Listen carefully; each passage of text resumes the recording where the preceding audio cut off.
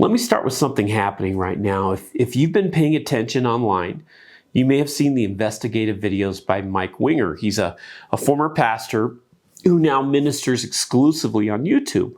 Well, over the past several weeks, he's released detailed, carefully documented reports exposing abuses inside certain prosperity and prophetic ministries.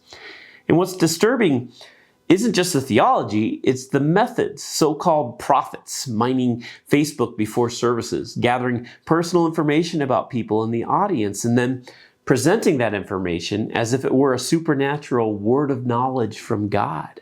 It's emotional manipulation and then using guilt and shame to pressure people into giving money. There's stories of sexual misconduct, allegations involving the targeting and abuse of minors, and in some cases, attempts to hide or minimize wrongdoing to protect reputation instead of protecting victims. And these videos have been so thoroughly researched and so compelling that one of the major ministries mentioned, Bethel Church of Redding, California, actually publicly apologized to their congregation for failing to guard them from harmful leadership practices.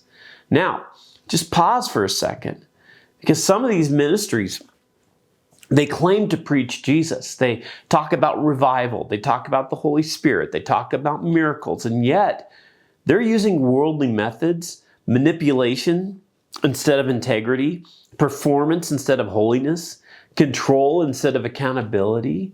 And now, even if someone believes they're actually accomplishing something for God, when you use deception and coercion and exploitation to build a ministry, you're not honoring God, you're dishonoring Him, because God's work cannot be advanced by Satan's tools. And that's not new. That tension runs all the way back to Genesis. And to Genesis chapter 34, we're going to watch something eerily similar unfold.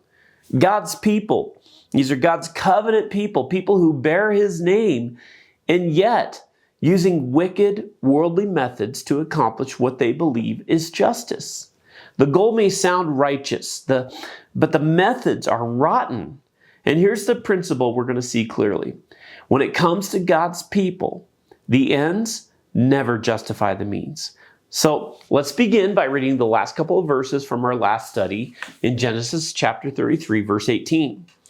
After Jacob came from Padan Aram, he arrived safely at the city of Shechem in Canaan and camped within sight of the city. For 100 pieces of silver, he bought from the sons of Hamor, the father of Shechem, the plot of ground where he pitched his tent. There he set up an altar and called it El Elo Israel. So now Jacob, who's now been renamed Israel, pitches his family tents outside a pagan city called Shechem. And this is the actual location, a picture of it, of ancient Shechem. And you can see the region where Israel camped within sightline of the city, close enough to trade, interact, and be influenced, but just far enough to still feel separated. And it's here that Jacob builds an altar and calls it El Elo Israel, which we learned last time simply means God is the God of Israel. Or even more personally, God is my God, because my name is now Israel. It's a declaration of identity, a declaration of covenant, a declaration that his past as Jacob is behind him. But here's what's important, is look at the proximity. Look how close he settles to a pagan city. It's important because we've discovered something in Genesis and really all throughout scriptures. Whenever God's people camp too close to pagan culture, rotten things usually follow. It's why? It's because proximity fuels temptation. And when you live close enough to constantly see it, constantly hear it, constantly interact with it, the influence of that city slowly makes its way into the family of God. Values start drifting and convictions start softening. Lines start blurring. The world outside the camp begins shaping the world inside the tent.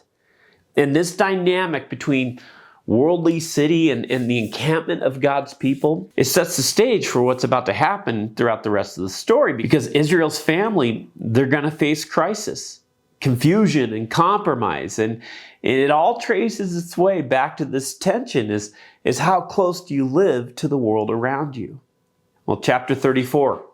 Now Dinah, the daughter Leah had born to Jacob, went out to visit the women of the land. Well, just a reminder of who Dinah is. We've been looking at this family tree, the genogram of Jacob's deeply broken household. 11 brothers, infighting, jealousy, competition between Leah and Rachel that shaped the emotional climate of the entire family. And right in the middle of all of that is one daughter, Dinah. She's the only daughter of Jacob that's recorded in Scripture, born to Leah during that season of rivalry where sisters were competing to bear the most sons. So imagine her upbringing: a house full of boys, a divided home, a mother striving for validation, a father emotionally complicated. And at this point in Genesis narrative, Dinah, she's likely very young, probably around 13 or 14 years old. Well, to us, that still sounds like childhood, but in that culture, that was already considered marrying age. Now, the text tells us that Dinah went out to visit the women of the land, the women living in Shechem, the Canaanites. Well, at first glance, that doesn't sound like a big deal. I mean, a teenage girl looking for friendship, wanting connection outside of her chaotic home. But what looks like a small spark becomes the ignition point for a wildfire. It reminds me of the Eagle Creek fire in Oregon a few years ago, back where I'm from in the Columbia River Gorge. If you've ever seen the gorge, it's one of the most beautiful places on earth.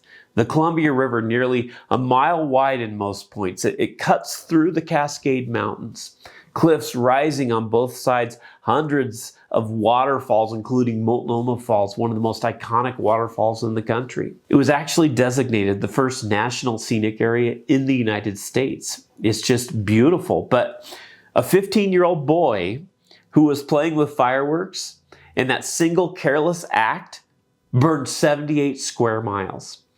Do you think that teenager woke up that morning intending to start one of the worst wildfires in Oregon state history? Well, no. I mean, careless? Yeah. Foolish? Absolutely. But he failed to anticipate the consequences of the environment he was playing in. And I want to be extremely careful here, because Scripture does not blame Dinah for what happens to her. And no woman ever deserves sexual violence, no matter the environment. Shechem is responsible for the rape, not Dinah. But her name, interestingly, means she who has been judged and found innocent. And that matters, because the sin, the violence, the assault sits squarely on Shechem's shoulders. But at the same time, we can't make Scripture say what we want it to say either. The Hebrew phrasing describes Dinah going out. It carries the idea of social mingling that was morally unguarded, stepping into spaces and relationships that were spiritually unsafe. In other words, Genesis is communicating that Dinah went out to socialize among girls that she had no business bonding with, in a place that she never should have been alone. Young, in a foreign land, likely lonely, looking for belonging. So she went out to find friendship in the pagan city that her father had camped the family next to. It's like playing with fireworks in the wrong environment. Now, let me say it clearly again, not her fault, but also not wise. Verse 2, when Shechem, son of Hamor, the Hivite, the ruler of that area, saw her, he took her and raped her. So we just met Shechem in the previous chapter. His father Hamor is the chief of the city. So Shechem, he's the prince. He's next in line. He's powerful, privileged. He's used to getting what he wants.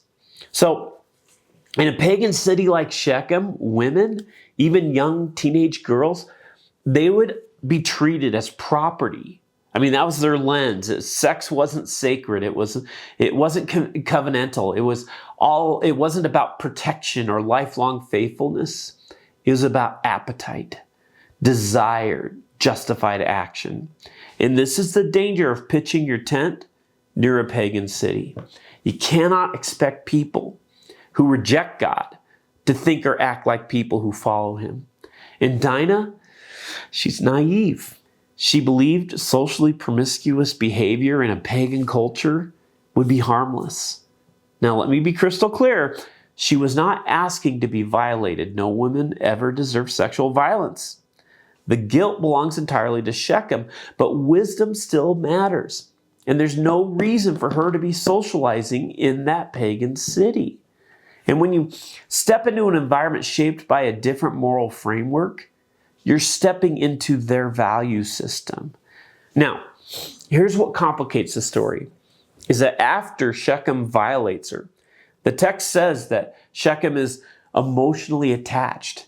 He speaks tenderly. He asks to marry her. And on the surface, that may look honorable. But even that is distorted because you cannot take someone by force and then call it love. Verse 3, his heart was drawn to Dinah, daughter of Jacob. He loved the young woman and spoke tenderly to her. And Shechem said to his father Hamor, get me this girl as my wife. Now, we come to a point in the story that's generated a lot of debate over the years. There's actually controversy among scholars about what exactly happened here. Some argue that this was clearly forced rape. And then others, they suggest Shechem had intercourse with Dinah without first securing marriage. But culturally, that distinction mattered very little. Because either way, Dinah was deeply injured.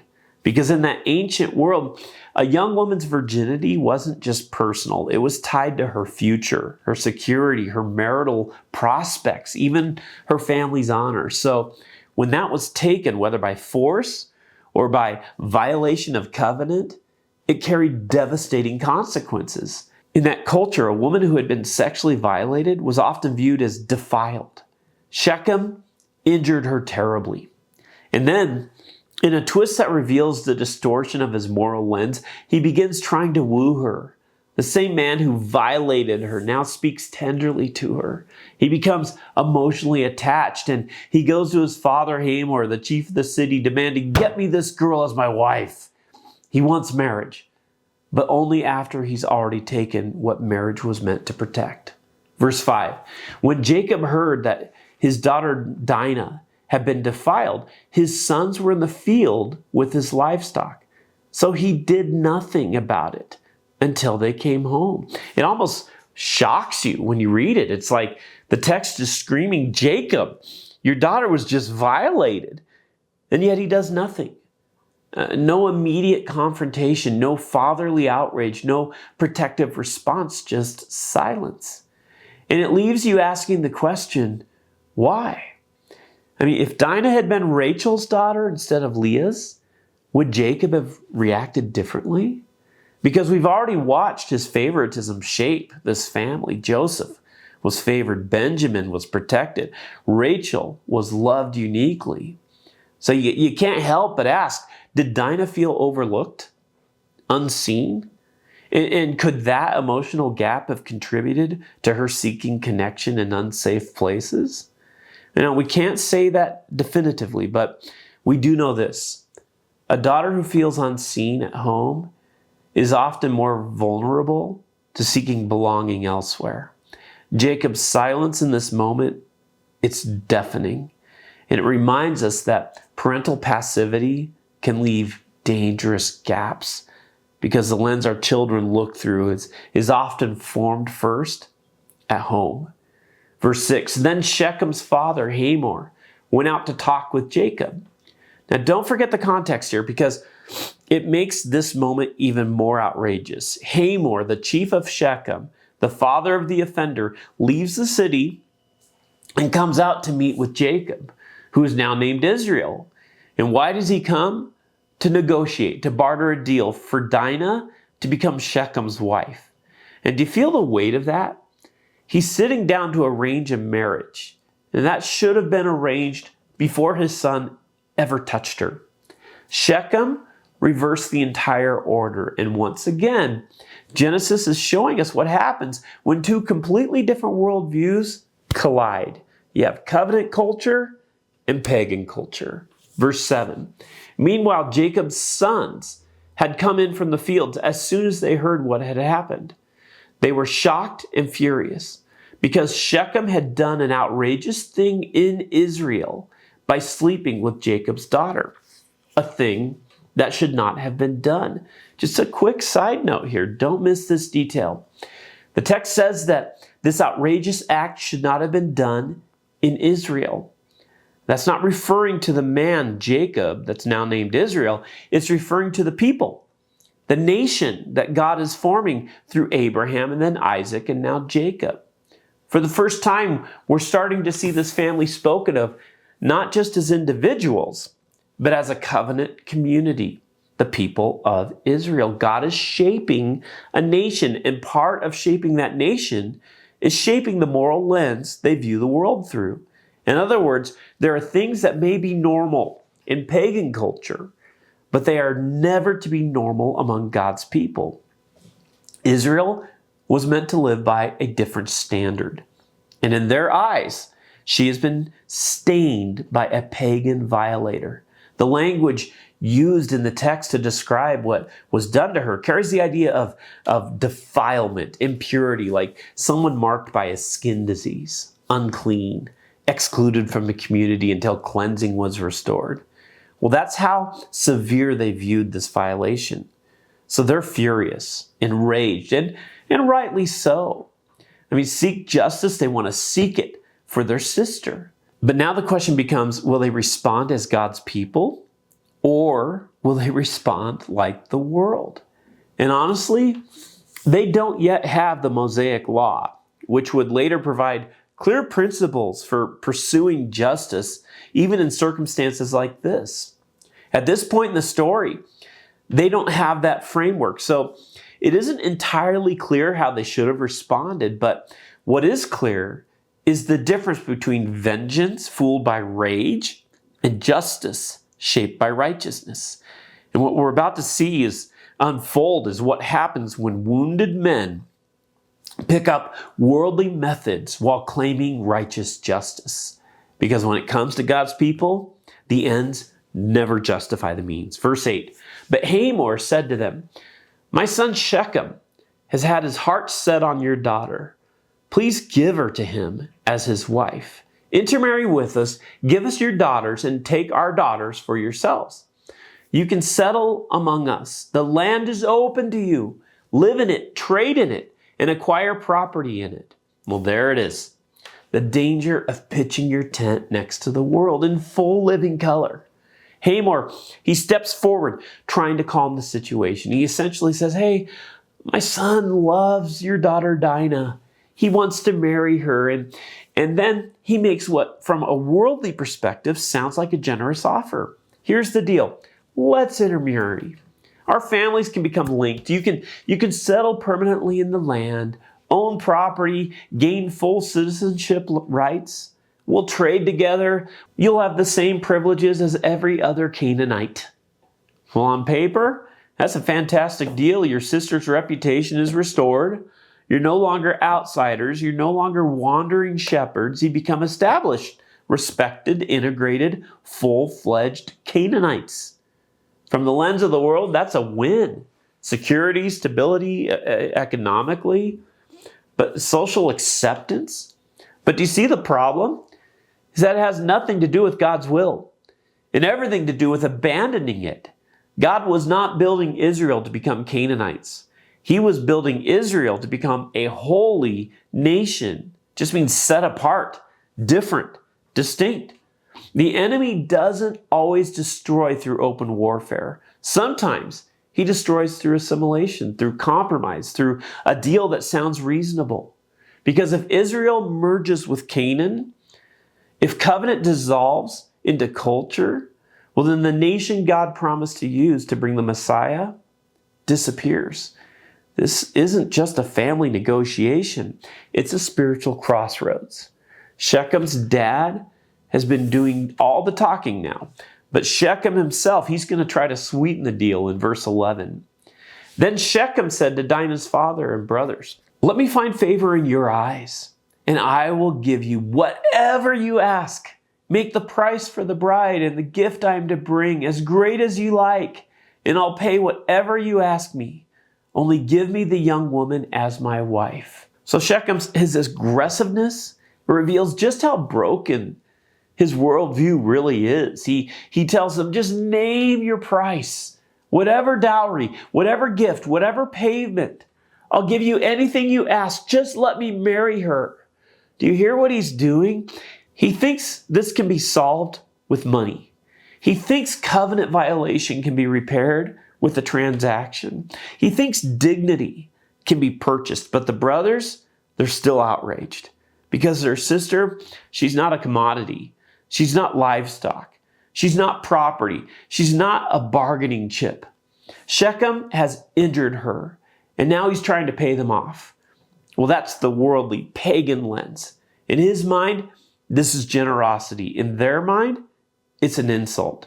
And this is what happens when someone operating from a distorted worldview, and their attempts at making it right often make it worse.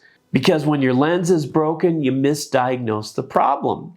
And when you misdiagnose the problem, you prescribe the wrong solution. Verse 13. Because their sister Dinah had been defiled, Jacob's sons replied deceitfully as they spoke to Shechem and his father Hamor. Does that sound familiar? Deceitfulness, manipulation, scheming to get the upper hand? Well, it should, because that's the old family pattern. That was their father's way back when he was still Jacob, the heel catcher, the deceiver, the one who grasped, manipulated, and maneuvered to get what he wanted. And now watch this. The same spirit that once marked the father is rising up in the sons as they drift down the way of the world. Worldly wisdom is often built on deception. Lie if it benefits you. Exploit outrage if it gives you leverage. Demand your rights. Take revenge, even the score. And you can feel it building in the hearts of Dinah's brothers as you often become what you're trying to punish. That's why it's so important that for us who follow the Lord, the ends never justify the means. Verse 14, they said to them, "We can't do such a thing. We can't give our sister to a man who is not yet circumcised. That would be a disgrace to us. We will enter into an agreement with you on one condition only, that you become like us by circumcising all your males. Then we will give you our daughters and take your daughters for ourselves. We'll settle among you and become one people with you. But if you will not agree to be circumcised, we'll take our sister and go." Deceitfulness? No, this goes way beyond deceit. This is stone cold evil. Especially, guys, if you've ever seen a flint knife. And we're not talking about a surgical steel here. We're talking about a jagged, cold stone. Primitive, brutal, and agonizing. And these sons of Israel, the people of God, are about to weaponize deception the same way the world does. Do you see what's happening? They're not asking what honors God, what honors our father or their sister. They're asking what satisfies our anger. They're viewing everything through a worldly lens now, and the line between holy justice and human vengeance disappears. They're using means antithetical to the character of God. And don't forget, their father Jacob just declared, God is the God of Israel. Verse 18, their proposal seemed good to Hamor and his son Shechem. The young man who was the most honored of all of his family lost no time in doing what they said because he was delighted with Jacob's daughter. So Hamor and his son Shechem went to the gate of their city to speak to the men of their city. "These men are friendly towards us," they said. "Let them live in our land and trade in it. The land has plenty of room for them. We can marry their daughters, and they can marry ours. But the men will agree to live with us as one people only on the condition that our males be circumcised, as they themselves are. Won't their livestock, their property, and all their other animals become ours? So let's agree to their terms, and they will settle among us." All the men who went out of the city gate agreed with Hamor and his son Shechem, and every male in the city was circumcised. So Shechem, don't forget, he's the firstborn son of the ruling family. He's the prince. He's next in line. And when he speaks, people listen. When he commands, people comply. And the men of the city, likely, they didn't have much choice at this point. If the future ruler says, "This is what you're doing," then you do it. That's how power works in pagan systems. Top down, control driven, fear based. But here's what's tragic. Just like the world they're condemning, the sons of Israel have no intention of living differently. They speak covenant language. They invoke God's name. They talk about holiness, but underneath it, they're scheming, manipulating, setting a trap. They've decided they'd rather win like the world than live set apart from it. Verse 25. 3 days later, while all of them were still in pain, two of Jacob's sons, Simeon and Levi, Dinah's brothers, took their swords and attacked the unsuspecting city, killing every male. They put Hamor and his son Shechem to the sword and took Dinah from Shechem's house and left. The sons of Israel knew exactly what they were doing. This wasn't impulsive rage. This was calculated, premeditated. They waited 3 days because they understood the timing of circumcision. They knew that on day 3, the pain would peak. Weakness would set in, fever would often follow, and the men of Shechem, the warriors, the defenders of the city, would be physically unable to fight back. And that's when Simeon and Levi strike. They move through the city, killing every able-bodied male. No resistance, no battle. This isn't combat. This is slaughter. They kill Shechem. They kill his father Hamor. They wipe out the ruling family. And don't miss this detail, is that Levi is one of the attackers. Levi, the man whose descendants will become the tribe set apart for priesthood, the Levitical priests, the spiritual leaders of Israel, men who will one day handle sacrifices, guard holiness, and teach God's law. And here, their forefather is acting no different than the pagan world around him. Wounded rage rather than seeking what the Lord would have them do. And such a clear example of what happens when God's people use worldly means to try and accomplish justice. It doesn't work. And what we're about to see next is that it wasn't just Simeon and Levi. Look at verse 27. The sons of Jacob came upon the dead bodies and looted the city where their sister had been defiled. They seized their flocks and herds and donkeys and everything else of theirs in the city and out of the fields. They carried off all of the wealth and all of their women and children, taking as plunder everything in the houses. Simeon and Levi do the killing, but the rest of the brothers, they join in the aftermath. They move from vengeance to plunder. They raid the city. They steal the flocks, the herds, the donkeys, anything of value that they can carry. And it doesn't stop with property. They take the women. They take the children and enslave them. Do you hear how dark this has become? Not what you would expect from the sons of Israel. Not what you would expect from the people of God, but exactly what you'd expect from the world. And that's what happens when God's people resort to worldly means. And when it comes to God's people, the ends never justify the means. And here's the really sobering part, is remember how this all started. It didn't begin with slaughter. It began with a little spark, like a 15-year-old playing with fireworks in the middle of the Columbia River Gorge. One careless moment that ignited something uncontrollable. Watch the progression. Jacob pitches his tent near a pagan town. There's the spark. A young teenage girl begins forming friendships with the locals. The fire starts to spread. She drifts into socially unguarded, promiscuous environments. The flames grow. An evil man violates her. Now it's a raging wildfire. The brothers retaliate. There's deception, murder, revenge. Now it's an out-of-control inferno.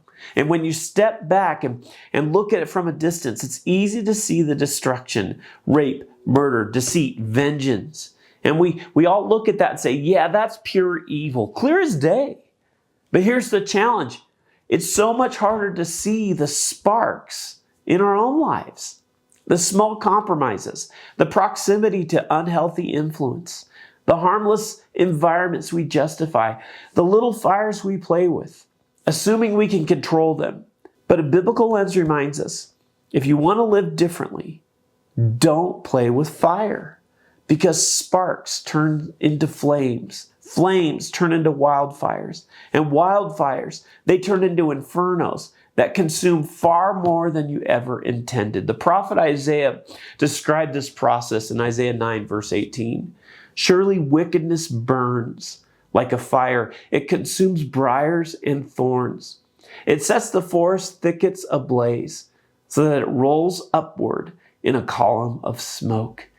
We need to get this, because here's the reality we're living in. Our tents are pitched on the edge of a pagan culture. Our kids are growing up surrounded by competing worldviews. They're discipled by the world every day through media, education, friendships, and social pressure. And we give into worldly means constantly. That pattern we see in Genesis, it's not ancient history, it's painfully familiar. Watch the progression, because this is how sin usually works. It almost never starts with a headline-worthy disaster. It starts with a small spark, a small compromise, a little justification, a quiet decision no one else sees. That's the spark. Maybe it's a guy who's exhausted and stressed, and he tells himself, I just need to unwind. So he starts scrolling a little too long, a little too late. The fire starts to spread.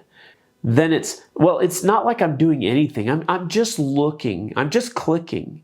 Just curiosity. The flames grow. Then the boundaries move. The content gets darker. The secrecy gets deeper. And the conscience gets quieter. Now it's a wildfire. And before he knows it, he's living a double life. Hiding, lying, covering tracks. His marriage feels colder. His prayers feel fake. His joy is gone. And the whole time he's thinking, how did I get here? Well, that's the nature of sin. Sin takes you faster than you expected to go, farther than you wanted to go, and always lands you in a place you never planned to be. That's why the little compromises matter. That's why the means we use to live our lives matter. Because sparks become flames, flames become wildfires, and wildfires become infernos. And that's why the lens matters. You can't pitch your tent on the edge of a city and assume you won't be influenced by it. Because we are surrounded by worldly influences, and we have to be on our guard to not succumb to worldly means in our daily decisions. Because when it comes to God's people, the ends never justify the means. We'll finish with verse 30. Then Jacob said to Simeon and Levi, you have brought trouble on me by making me obnoxious to the Canaanites and the Perizzites, the people living in this land. We are few in number, and if they join forces against me and attack me, I and my household will be destroyed. But they replied, should he have treated our sister like a prostitute? And that response captures the tension of the whole chapter, because their outrage, it wasn't wrong. Their anger wasn't unfounded. Their desire for justice wasn't sinful, but their methods were. And that's the lesson Genesis 34 leaves us with. When it comes to God's people, the ends never justify the means. Yes, Dinah was violated. Yes, justice mattered. Yes, evil had been done. But deception, slaughter, murder, revenge, and plunder, those were never God's methods for accomplishing justice. They won the conflict, but they lost their holiness, being set apart, different than the world around them. And that brings us back to where we started. Think about Mike Winger's videos exposing false ministry leaders claiming to speak for God while manipulating people behind the scenes, mining social media for information, pretending it was prophetic revelation, using guilt, salesman tactics to pressure and manipulate people into giving, covering abuse, sexual abuse of children and victims in order to protect platforms and organizations. They may claim they're building God's kingdom. They may say they're helping people or justify it as ministry impact. But when you use deception to produce spiritual results, you're not honoring God. Because when it comes to God's people, the end never justifies the means. God is not glorified by manipulation, coercion, or exploiting people in his name. Just like he was not glorified by Simeon and Levi's revenge. So here's the sobering takeaway for us. Living among pagan culture, it means we will face real evil. We will face injustice and hostility, and we'll face moments where anger feels justified. But in those moments, we don't get permission to act like the world, to fight darkness with darkness. We don't get permission to abandon holiness to achieve victory. Because holiness is not just about what we believe. It's about how we behave when we're wrong.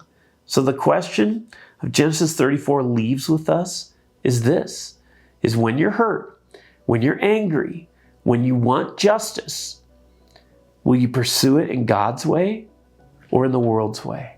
Because the world says, do whatever it takes to win. But God says, walk in righteousness, even when it costs you. So remember that principle today that runs from Genesis to today to every ministry, every leader, every believer. When it comes to God's people, the ends never justify the means.